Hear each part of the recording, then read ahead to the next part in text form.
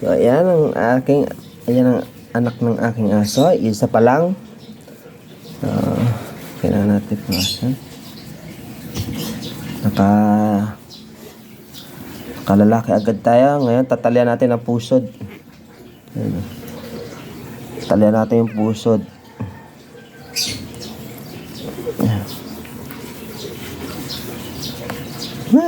Puyat. Nabot. Kaya lang siya nanganak. Siya nagle-labor. Yan ang unang baby. Kamukha ng nanay. Isang lalaki agad, male.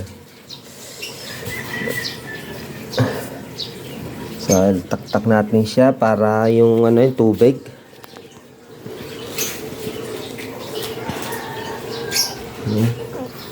Hindi niya maano yung tubig. Para may luwa niya yung tubig.